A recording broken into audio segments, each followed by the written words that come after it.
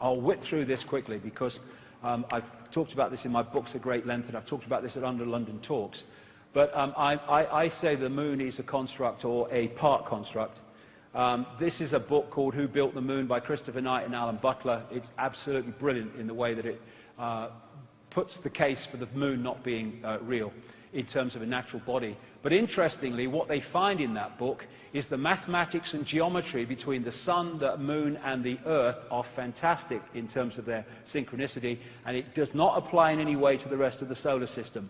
And the Gnostic writings found in Nag Hammadi in 1945, 1,600 years old or more, say that this is a separate system operating within the Archon system of the inorganic universe. They say in the book, the authors, the maths involved in the Earth-Moon-Sun system is nothing less than staggering, and that the moon has been put there with the accuracy of the proverbial Swiss watchmaker. So when viewed from the Earth, it's the size of the sun at an eclipse.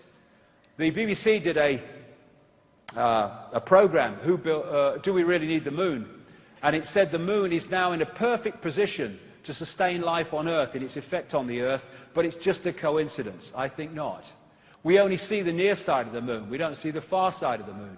And the authors say in that book, the moon is bigger than it should be, apparently older than it should be, much lighter in mass than it should be. It occupies an unlikely orbit and is so extraordinary that all existing explanations for its presence are fraught with difficulties, and none of them could be considered remotely watertight. The mainstream theory is that the Earth was hit by a Mars-type planet when it was forming, and a chunk came off and became the moon, called the whack theory. That didn't pan out, so they came up with a double whack theory, where it was hit by the planet, it went away and gave it another smack, and then it became the moon. Now, of course, it doesn't pan out because it's nonsense. They don't know. Why don't they just say it's not a bad thing we don't know? There's lots of things we don't know. The best explanation for the moon is observational error. The moon doesn't exist, said this scientist at the Smithsonian Center for Astrophysics. It's easier to explain the non-existence of the moon than its existence, blah, blah, blah. It goes on and on. And you know, I'll go through this because I don't want to run over too much time. I'll just mention a few things about the moon. These two scientists from the Soviet Academy of Sciences wrote a detailed article in 1970 headed, "Is the Moon the Creation of an Alien Intelligence?" And they explained in scientific terms why the moon cannot be a natural body, and in doing so explained all the anomalies that, if it is a natural body, cannot be explained. This guy, Sergeant Wolf, talked at the National Press Club a few years ago and told of his experiences on the inside at NASA, where he saw things like alien bases on the moon and stuff like that. And there's all these towers and strange phenomenon, like this blue light called blue gem or blue dome that they can't explain on the moon. And these artifacts on the moon that clearly are not natural. Look at that one. What the bloody hell is that? They can't explain them. They don't talk about them. These are pictures of what are claimed to be statues on the moon. There's so much we don't know. In symbolic terms, maybe in a bit more than that, the moon is a bit like the Death Star of this big-time insider, George Lucas, in the sense that it's actually some kind of technological construct. And it's my view, as I've said before in previous books, that what the moon is doing, in its present use anyway, is taking this Saturn broadcast and acting as an amplifier to fire it at the Earth, so we get it in massively increased power and therefore effect. It's acting a bit like a dish transmitting information which we're picking up and decoding into a fake reality. Now, 9 months after I'd written that in a book called The Human Race Get Off Your Knees, someone sent me an email from Brazil, I think it was, a lady, and said, "Have you read this book, Earth, by Barbara Marciniak? Because I've just read your book and I think you'd find it interesting." And she sent me some page numbers. Barbara Marciniak is what they call a channel. And lots of channels are not channels. They just think they are. But, you know, if you get a genuine one, then you can get out there and bring information out from other dimensions into this one. You can get some profound information that way. And she's done a lot of great stuff, Barbara Marciniak. I've met her a few times. Anyway, I hadn't read Earth. I'd read the first book that she wrote, but not Earth. Anyway, I sent for it. I went through the page numbers, and I'm like, whoa, this is 9 months after I've said this stuff in Human Race Get Off Your Knees. And this was a channeled book, and this is what was in the book. 1996, I think this came out. The moon is a very powerful electromagnetic computer. The energy from the moon has been beaming electromagnetic frequencies onto the Earth for eons now to maintain the two-stranded DNA. The moon is a satellite that was constructed. It was anchored outside Earth's atmosphere as a mediating and monitoring device, a supercomputer or eye in the sky. Earth must be owned by those who dwell there. However, it is not.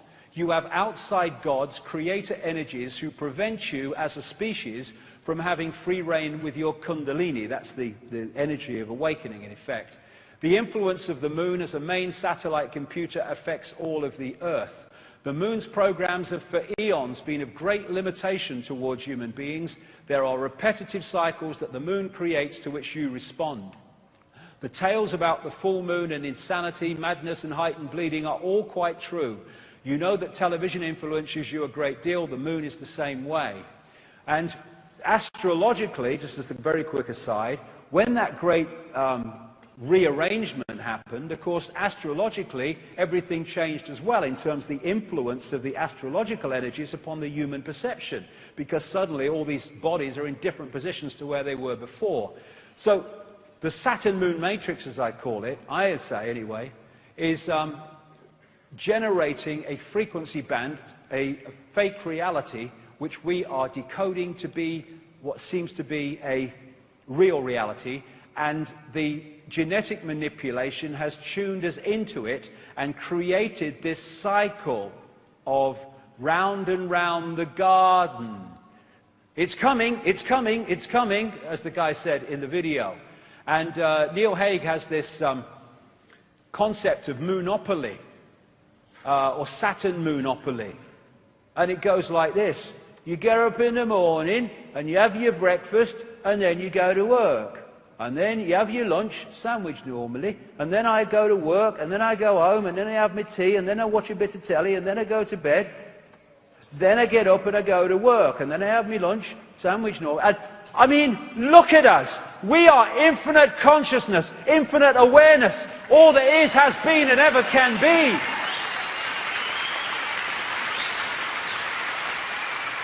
Is that all we are capable of? No. But we are locked into these cycles to which we respond. No response. See it as you couldn't see it before. An end to work, buy, consume, die. That's what that is. And this matrix creates a firewall that holds us from seeing further into the energy field and holds us in this tiny frequency band we call visible light. What they've done is taken the universal energy field, the universal construct, and they have hijacked, hacked into it, and they're feeding a fake reality to us from within that construct. And therefore it's gold! Oh, my life's in a terrible state. I'm just making adjustments to my life. Oh, life's great. And they're all fricking illusions. We're like in this wall. You know those scientists that have been suggesting in the last few days that the universe might be a computer simulation? They actually said, like a prisoner in a pitch-black cell, we may never be able to see the walls of our prison. Why? Because they are vibrational walls, and I suggest that they are the speed of light. Which is not the fastest speed. Sorry, Einstein, mate. It's pedestrian. We're talking all possibility, darling. And so when we look into the night sky, are we seeing what's real, or are we seeing a projection? I talked to him, I think it was my last book, or the one before that. I had a profound experience as a little boy when I was first taken to the London Planetarium, when I looked and saw the night sky on the roof of the planetarium, and it looked so bloody real. And it hit me, and it's never left me, that actually when I look at the night sky, that ain't actually what I'm looking at. Firewall. All that we see or seem is just a dream within a bigger dream. Is this the real life? Is this just fantasy? Caught in the landslide, no escape from reality. Open your eyes, look at the skies and see. Is it a sky? Or is it a projection? And so, when we come to the Matrix, and this scene in the Matrix, I call it the Saturn-Moon Matrix, it may be connected to other things we don't know yet. This is so real, and so the world we live in. If you add two words, The Saturn moon matrix is everywhere. It is all around us, even now in this very room. You can see it when you look out your window or you turn on your television. You can feel it when you go to work, when you go to church, when you pay your taxes. It is the world that has been pulled over your eyes to blind you from the truth. What truth? That you are a slave, Neil. Like everyone else, you were born into bondage, born into a prison that you cannot smell or taste or touch, a prison for your mind.